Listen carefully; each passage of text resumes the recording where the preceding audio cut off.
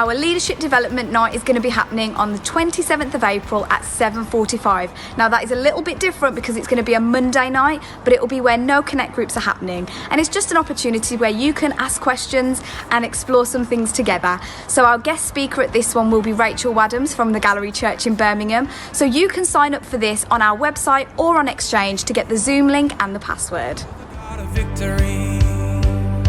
Yeah. So while lockdown continues, you can still join with us every Sunday at 6 p.m. to join us for an hour of prayer. We need to be praying for our nation at this time. So if you'd like to join in, drop us a message and we'll send you the link. Some of my enemies, you invite me to the table and you tell me just to sit and feed. If you are part of 180 Youth, then be sure to connect with our leaders and stay in touch with us online. We have got some cool content going out over the next few weeks, so be sure to stay in touch with us. You're the God of victory.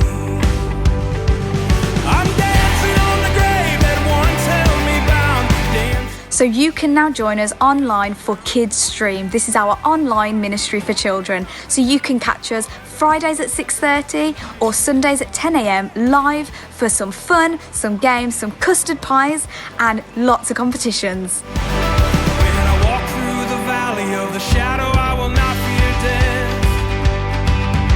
I know you. So our Connect groups are still meeting via Zoom. So if you'd like to be a part of one of these groups, then just drop us a message, let us know, and we'll get you connected online. And if you need some technical support and you're not so tech savvy, we've got it covered. So all you'll need is a mobile, a laptop, or an iPad, and we'll get you set up on there. Not be stopped, you have already defeated hell.